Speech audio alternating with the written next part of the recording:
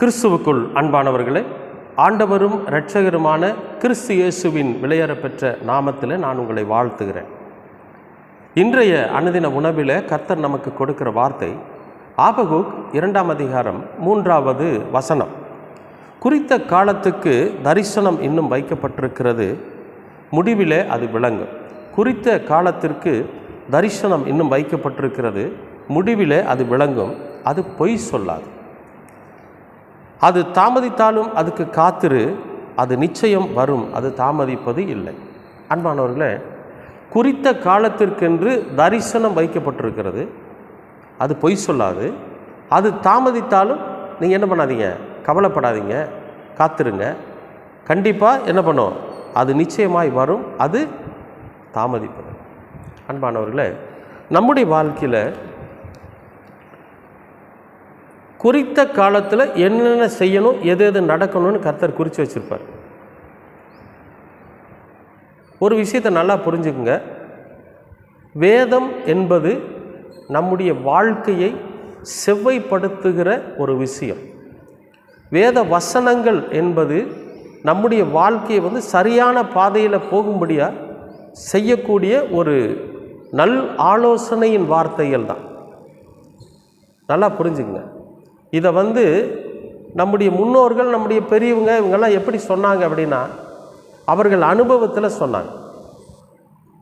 இயேசு கிறிஸ்து நமக்கு போதனைகளை சொன்னார் அப்படின்னா, அவர் கடவுளால் அனுப்பப்பட்ட, கடவுளால் இந்த பூமிக்கு, அதாவது நம்ம எல்லோருமே நல்வழிப்படுத்தப்பட வேண்டும் என்பதற்காக, நமக்கு போதனைகளை அறிவிப்பதற்காக, மனித நேயத்தை நமக்குள் நிலைநாட்டுவதற்காக இந்த பூமிக்கு வந்தவர்.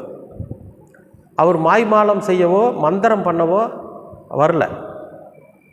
இன்றைக்கி நிறையா பேர் தப்பான உபதேசங்களை சொல்லி கொண்டு இருக்கிறார்கள். வேதத்தையே பொய்ன்னு சொல்கிறவங்களாம் இருக்கிறாங்க. சில காணொளிகள் நான் பார்த்தேன், ரொம்ப வேதனையாக இருந்துச்சு. ஆனால் ஒரு விஷயத்தை நல்லா கவனமாக கேளுங்க. என்னென்னா, இந்த வேதத்தின் வார்த்தைகள் மாய்மாலமோ மந்திரமோ தந்திரமோ அல்ல. இவைகள் ஒரு மனிதனை நல்வழிப்படுத்துகிற வார்த்தை. ஒரு ஏற்ற காலத்தில் என்ன செய்யணுமோ அதை கடவுள் நமக்கு செய்வார். அதை எப்படி நமக்கு கிடைக்கணுமோ, அதை அடையணுமோ, அதற்கான வழியை இந்த வேதம் நமக்கு சொல்லுது. ஏன்னா சில நேரங்களில் நம்ம புத்தி இனமாக நடந்துடுறோம், தவறான வழியில் நம்ம பயணிக்க ஆரம்பிச்சிடறோம். உலக ஆசையில், சிற்றின்பத்தில் நம்முடைய எண்ணங்கள் போயிடுது. அதனால் நமக்கு நல்ல வழி நம்மை விட்டு விலகி போயிடுது. அப்படி நம்ம போகாமல், இடமும் வளமும் விலகாமல் சரியான வழியில் பயணிக்க வேண்டும் என்பதற்காகத்தான் இந்த வேதத்தின் வார்த்தைகள் நமக்கு ஒவ்வொரு நாளும் போதிக்கிறது. அதைத்தான் இயேசு கிறிஸ்து இந்த உலகத்தில் நமக்கு சுட்டி காட்டினார், போதிச்சார். அன்பானவர்களே, அழகான ஒரு வார்த்தை ஆபகுக் சொல்கிறார், தரிசனங்கள் தாமதமாகிறது என்று கவலைப்படாதீங்க. ஏற்ற காலத்திற்கு அது வைக்கப்பட்டிருக்கிறது. ஒரு நாளும் இந்த வேதத்தின் வார்த்தைகள், தரிசனமான வார்த்தைகள் பொய் சொல்லவே சொல்லாது. அது உண்மையைத்தான் சொல்லும். காலம் வருகிற போது அது நிறைவேறி தீரும், அதில் மாற்றம் இல்லை. அதை நிறைய பேர் அனுபவித்து தான் எழுதியிருக்காங்க. அப்போ நம்முடைய வாழ்க்கையிலும் அப்படிப்பட்ட அனுபவங்கள் வர வேண்டும் என்று சொன்னால் நாம் காத்திருக்கணும்.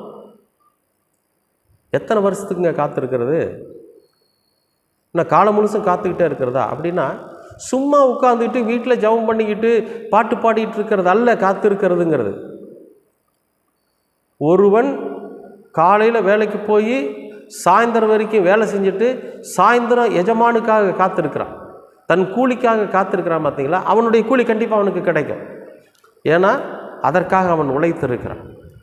அப்போ நாமும் நம்முடைய வாழ்க்கையில் உழைக்கணும், உண்மையாக இருக்கணும், கடவுளுக்கு பயந்து, கடவுள் நமக்கு காண்பித்து கொடுத்திருக்கிற அந்த வேலையை நம்ம செய்யணும். எல்லாருமே பைபிளை தூக்கிட்டு சுவிசேஷம் அறிவிச்சிட முடியாது. ஒவ்வொரு தனிப்பட்ட மனிதனுக்கென்று ஒரு தரிசனம் வைக்கப்பட்டிருக்கிறது. ஒவ்வொரு தனிப்பட்ட மனிதனுக்கென்று ஒரு தனிப்பட்ட வாக்கு தத்தம் வைக்கப்பட்டிருக்கிறது. அது ஏற்ற காலத்திலே நிறைவேறும். தாமதிக்குதுன்னு நினைக்காதீங்க. அது ஒரு நாளும் பொய் சொல்லாது. உங்களோட வாழ்க்கையில் உங்களோட 35வது வயசில் இது நடக்கும்னு கடவுள் நியமிச்சிருந்தால் அந்த 35வது வயசில் அது நடக்கும். 40 ஆண்டு காலம் என்னுடைய வாழ்க்கையில் நான் ரொம்ப வனாந்தர வாழ்க்கை மாதிரி வாழ்ந்துக்கிட்டு இருந்தேன். நான் அதுக்கப்புறம் தான் எனக்கு ஒரு நல்ல வழி கிடைச்சது. அதுக்கப்புறம் தான் எனக்கு ஒரு வேலை கிடைச்சது. அதுக்கப்புறம் தான் என்னுடைய வாழ்க்கையில் பல விஷயங்களை நான் அனுபவிக்க முடிஞ்சுது.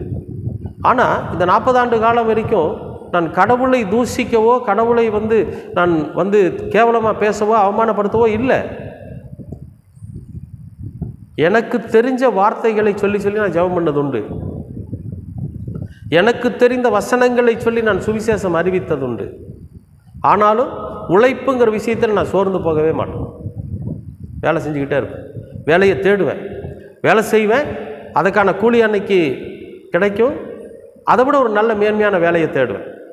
இப்படி தேடல் தான் எனக்கு ஒரு நல்ல ஒரு வாழ்க்கையை அமைச்சு குடிச்சது. இன்றைக்கி நான் உங்கள் முன்னால் உட்காந்து இந்த சுவிசேஷத்தை அறிவிக்கிறேன், இந்த காணொலியை உங்களுக்கு பதிவிடுறேன்னு சொன்னால் அதுக்கு காரணம் அதுதான். உங்கள் ஒவ்வொருவருடைய வாழ்க்கையின் காலத்திலும் குறிக்கப்பட்டிருக்கிற அந்த தரிசனம் நிறைவேறிய தீரும். அந்த வாக்குத்தத்தம் நிறைவேறிய தீரும். காத்திருங்க, பொய் சொல்லாது. ஏற்ற காலத்தில் நிச்சயமாக அது நடக்கும். அன்பானவர்களே, இன்றைக்கும் கூட என்னுடைய வாழ்க்கையில் சமாதானம் இல்லை, என்னுடைய வாழ்க்கையில் நிம்மதி இல்லை, என் வாழ்க்கையில் எதுவுமே நடக்கலை அப்படின்னு நினச்சிட்ருக்கிற உங்களுக்கு நான் ஒரு விஷயம் சொல்கிறேன். தயவு செய்து கண்களை மூடி அமர்ந்து கடவுளை நோக்கி பாருங்கள். உங்கள் வாழ்க்கையில் இந்த காலத்தில் இது நடக்கும் என்கிற வாக்குத்தத்தத்தை கர்த்தர் உங்களுக்கு கொடுப்பார். இந்த வேத வசனத்தின் மூலம் கடவுள் நிச்சயமாக உங்களுக்கான தரிசனத்தை உங்களுக்கு காண்பிப்பார். அது ஏற்ற காலத்தில் நடக்கும். அதுக்கு நீங்கள் செய்ய வேண்டியதெல்லாம் ஒன்று தான். அமைதியாக ஒரு இடத்துல உட்கார்ந்து கண்களை மூடி உங்கள் சிந்தனைகளை ஒருநிலைப்படுத்தி ஜெபம் பண்ணிப்பார். நிறைய பேர் சொல்லுவாங்க, ஐம்புலன்களையும் அடக்கி இந்த நெத்திக்கு கொண்டு வாங்க. உண்மைதான். நெத்தினா சிந்தனை, ஞானம். வேறு எந்த இடத்துக்கும் நம்முடைய அறிவோ, நம்முடைய சிந்தனையோ, நம்முடைய நினைவுகளோ போகாதபடிக்கு எல்லாவற்றையும் அடக்கி ஒரு இடத்துல அமர்ந்து எல்லாத்தையும் இந்த இடத்துக்கு கொண்டு வாங்க. உங்களுடைய சிந்தனைக்கு கொண்டு வாங்க. எல்லாத்தையும் அடக்கி ஆண்டவருடைய சமூகத்தை நோக்கி அமர்ந்து பாருங்கள். இந்த வசனத்தின் வாயிலாக கர்த்தர் உங்களை குறித்து வைத்திருக்கிற தரிசனையும் உங்களுக்கு காண்பிப்பார். உங்களை குறித்து வைத்திருக்கிற வாக்குத்தத்தத்தை உங்களுக்கு கர்த்தர் காண்பிப்பார். இது உண்மை. எத்தனையோ பெரிய ஆட்கள் இதை சொல்லி இருக்கிறாங்க. ஆபகுக்கும் அதைத்தான் சொல்லுகிறார். அன்பானவர்களே, இது ஒரு நாளும் பொய் சொல்லாது, உண்மையைத்தான் சொல்லும். நிச்சயமாக உங்களுடைய தரிசனங்கள் என்ன என்பதை, உங்களுடைய வாக்குத்தத்தம் என்ன என்பதை தேவ சமூகத்தில் அமர்ந்து பெற்றுக்கொள்ளும். அது தாமதிக்காது, பொய் சொல்லாது. நிச்சயமாக உங்களுடைய வாழ்க்கையில் அது நிறைவேறும். நீங்கள் சாட்சிகளாக இருக்கு. கர்த்தர் உங்களை ஆசீர்வதிப்பார். அன்பானவர்களே, இந்த காணொளியை உங்களுக்கு பிடித்தமிருந்தால், உங்களுக்கு இந்த காணொளி பிடித்திருந்தால் நீங்கள் சப்ஸ்கிரைப் பண்ணுங்கள், ஃபார்வர்ட் பண்ணுங்கள். ஏன்னா இந்த அனுதின உணவுங்கிற இந்த சின்ன ஊழியத்திற்கு நீங்கள் செய்கிற மிகப்பெரிய உதவியாக இருக்கும். கர்த்தர் உங்களை ஆசீர்வதிப்பார். அன்பின் பரலோக பிதாவே, அருமையான நல்ல இந்த அனுதின உணவிற்காக நன்றி. ஆபகு சொன்னது போல எங்களுடைய வாழ்க்கையில் எங்களுக்கு குறிக்கப்பட்டிருக்கிற அந்த தரிசனம் ஏற்ற காலத்தில் அது நிறைவேறி தீரும். அது பொய் சொல்லாது. நிச்சயமாக அது நிறைவேறும் என்கிற அந்த விசுவாசத்தோடு நாங்கள் கர்த்தருடைய சமூகத்தில் அமர்ந்து எங்களுடைய வாழ்வின் தரிசனத்தை நாங்கள் தெரிந்து கொள்ள நீர் எங்களுக்கு கிருபை பாராட்டுங்க. எங்களுடைய வாழ்க்கையில் நீர் கொடுத்திருக்கிற வாக்குத்தத்தம் அது நிறைவேறுகிற அந்த காலகட்டம் என்ன என்பதை நாங்கள் உணர்ந்து கொள்ள நீர் எங்களுக்கு கிருபை பாராட்டுங்க. நாங்கள் உழைக்கணும், நாங்கள் சம்பாதிக்கணும், நாங்கள் கஷ்டப்படணும், எங்களுடைய நெத்தி வேர்வை நிலத்தில் சிந்தணும்.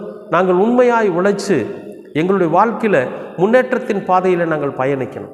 கர்த்தர் எங்களோடு கூட இருங்க. எங்கள் சரீரத்துக்கு பலனை கொடுங்க. எங்களுக்கு நல்ல ஞானத்தையும் அறிவையும் கொடுங்க. எல்லாவற்றையும் அருமை இரட்சகர் இயேசு கிறிஸ்துவின் வழியாக கேட்குறோம் நல்ல பிதாவே. ஆமேன், ஆமேன்.